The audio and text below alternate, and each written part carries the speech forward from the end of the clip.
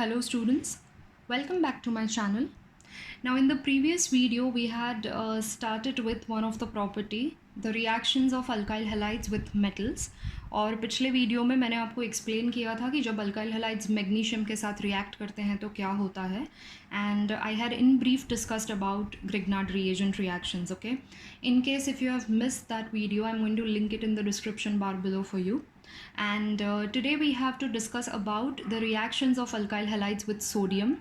But before I begin with the reaction, I'd like to request you to please subscribe to my channel if you haven't already. Please like the video if you feel that it is useful to you. Share it with your friends. Hit the bell icon so that you get notified every time I upload a new video. Now let's get started. What happens when alkyl halides react with sodium? जब वो sodium के साथ react करते हैं तो जो reaction होता है मोस्ट कॉमन, उसे बोला जाता है वर्ट्स रिएक्शन. ओके, नाउ वर्ट्स रिएक्शन का यूज़ क्या है? It is used for the preparation of higher alkanes. Higher alkanes meaning you are going to start with some alkyl halide and you have to take 2 molecules of it. तो जब आप alkyl halide के 2 molecules लेंगे तो वो एक दूसरे के साथ combine होंगे और एक higher alkane बनेगा. Okay? Now ये reaction है क्या? It is basically the reaction between alkyl halides and sodium metals. Sodium, as you know, it is very reactive. It is a group 1 metal जो कि alkali metal होता है. But ये reaction का एक डिसएडवांटेज या हम बोल सकते हैं कि लिमिटेशन है कि this reaction is suitable only for the preparation of alkanes having even number of carbons, यानी कि ईथेन, ब्यूटेन, हेक्सेन एक्सेट्रा. अगर आपको प्रोपेन प्रिपेयर करना है, पेंटेन प्रिपेयर करना है, तो this method is not suitable.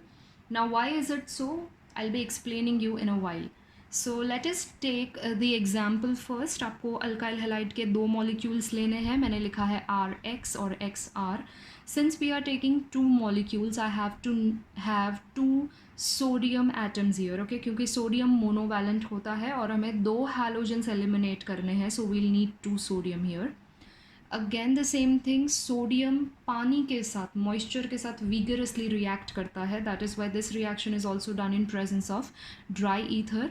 what will happen? Sodium halide will get eliminated और ये जो 2 alkyl groups हैं वो combine हो जाएंगे to give you a higher alkane. Okay, नाउ अगर मुझे इसका एग्जाम्पल लेना है, सपोज अगर मैंने अल्काइल ग्रुप को सब्सटीट्यूट कर दिया, suppose I take CH3, the simple one, CH3Cl, I react it with 2 sodium and then I take ClCH3. Same thing, reaction takes place in presence of dry ether. You get CH3CH3 plus 2 NaCl, that is you are getting ethane. Okay, now ethane में if you see there are 2 carbon atoms, यानी कि यहाँ पे even number of carbon atoms है. Suppose अगर आपने यहाँ पे C2H5 लिया, C2H5 लिया, तो आपको जो प्रोडक्ट मिलेगा that will be C4, that will be butane. अगर आपने 3 लिया है तो आपको C6 मिलेगा, दैट इज़ हेक्सेन. अगर C4 ले रहे हैं तो C8 मिलेगा, दैट इज़ ऑक्टेन. तो आप चाहे कौन सा भी अल्काइल हैलाइड ले लो, आपको जो प्रोडक्ट मिल रहा है उसमें सिर्फ even number of carbon atoms okay. Now, नाउ अगर मुझे ऑड नंबर्ड कार्बन वाला प्रोडक्ट प्रिपेयर करना है तो मुझे क्या करना होगा? Okay, we'll see that. But before that remember one thing कि when you are taking 2 same alkyl halides, okay, अगर आप अल्काइल हैलाइड के सेम मॉलिक्यूल्स ले रहे हो, जैसे कि ये 2 एग्जाम्पल्स में मैंने लिया है, इस रिएक्शन को बोला जाता है self condensation. Okay, self condensation का क्या मतलब है? सेल्फ कंडेंसेशन का मीनिंग है we are taking same alkyl halides, we are taking 2 same alkyl halides.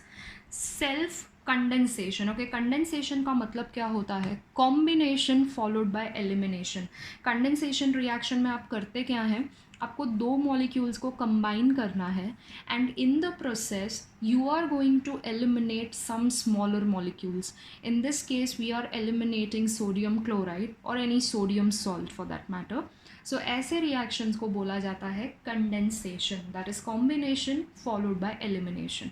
Okay, now if I want to prepare alkane with odd number of carbon atoms, मुझे क्या करना पड़ेगा? Of course I will have to take 2 different alkyl halides, and when I take 2 different alkyl halides, I'll call that process as cross condensation. Okay, cross का meaning है different and condensation क्या होता है, just now I explained you. Okay, so cross condensation है.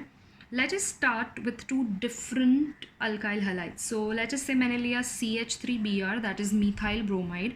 I will take 2 sodium and let us say I take BrC2H5, that is I take ethyl bromide. Okay, now I am going to react this with dry ether, of course, because of sodium. 2NaBr eliminate हो जाएगा, that is a byproduct. Ideally product क्या आना चाहिए, we should get this CH3C2H5 plus 2NaBr.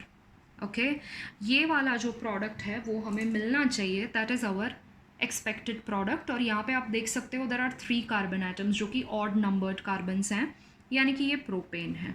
Okay, this is my expected product. I want to prepare an alkane having odd number of carbon atoms, और यही reason है कि मैंने 2 अलग अलग अल्काइल हैलाइड्स लिया.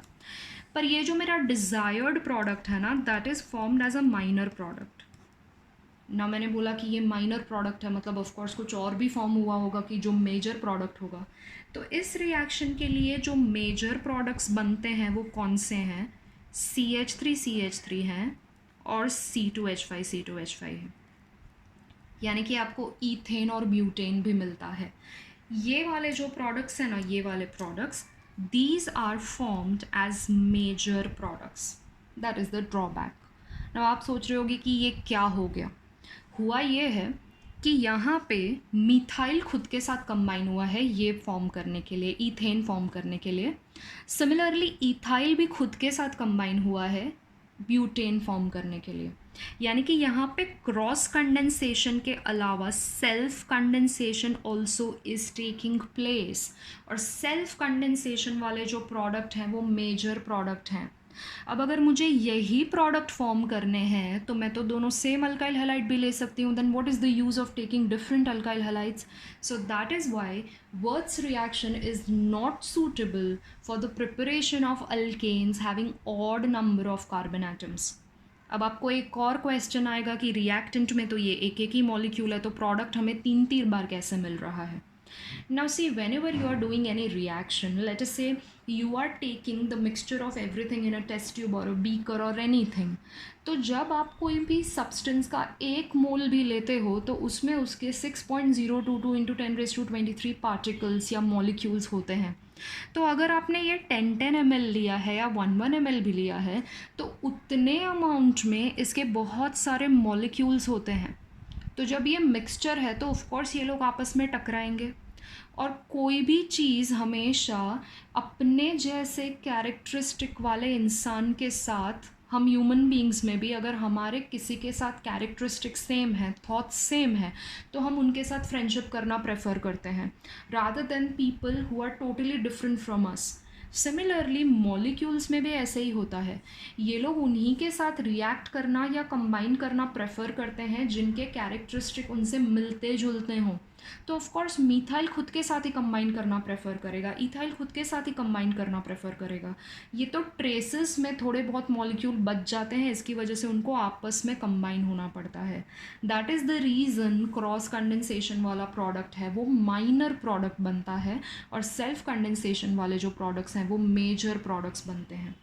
That is the first disadvantage. Second is, जब आप 2 अलग अलग अल्काइल हैलाइड्स ले रहे हो तो आपको इतने सारे प्रोडक्ट्स मिलते हैं. आपको इन सभी प्रोडक्ट का मिक्सचर मिलेगा मतलब आपको उन्हें सेपरेट भी करना पड़ेगा. बट यहाँ पे separation becomes very very difficult because ultimately ये तीनों अल्केन्स हैं, they belong to the same family. और अगर ये तीनों सेम फैमिली से बिलोंग करते हैं तो उनका जो बॉइलिंग पॉइंट डिफरेंस है वो काफ़ी कम होता है. और बॉइलिंग पॉइंट डिफरेंस अगर कम है तो उनको सेपरेट करना भी बहुत ज़्यादा डिफ़िकल्ट होता है. So that is why when you are talking about Würth's reaction, self condensation ही फेवर्ड है. क्रॉस कंडेंसेशन जनरली उसमें नहीं किया जाता है because it has more of disadvantage to it. Okay, now Würth's reaction जो है ये है अल्काइल हैलाइड्स के साथ. सिमिलरली ये जो सेम रिएक्शन है वो अराइल हैलाइड्स के साथ भी हो सकता है. अराइल हैलाइड्स मतलब एरोमेटिक कंपाउंड्स जिसमें बेंजीन रिंग होगा. तो अराइल हैलाइड्स में जो रिएक्शन होता है, suppose I write that I have to take 2 molecules of aryl halide, any halogen can be present. और यहाँ पे मैंने लिया 2 sodium, then again I am taking chlorobenzene. Okay, ये रिएक्शन भी ऑफ कोर्स होगा ड्राई ईथर में, like the previous one. 2 NaCl eliminate हो जाएगा और 2 बेंजीन रिंग आपस में कंबाइन हो जाएंगे to give you this product. So I have 2 benzene rings combined with each other and 2 NaCl gets eliminated. ना ये जो कंपाउंड है ये है बाइफिनाइल. ओके, इस रिएक्शन को वर्ड्स रिएक्शन नहीं बोला जाता है. अराइल हलाइड्स के साथ जो रिएक्शन करते हैं उन्हें बोला जाता है फिटिग रिएक्शन. क्या बोला जाता है उसे? फिटिग रिएक्शन. ओके, सो आप ये याद रखो कि जो वर्ड्स रिएक्शन है वो अल्काइल हलाइड्स के साथ है और जो फिटिग रिएक्शन है वो अराइल हलाइड्स के साथ है. अराइल हलाइड्स मतलब बेंजीन के साथ है. Now what if I combine these two, यानी कि अगर मैंने वर्ड्स और फिटिक को कंबाइन किया तो फिर ऑफ कोर्स इस रिएक्शन को क्या बोला जाएगा? That reaction will be called as Wurtz Fittig reaction.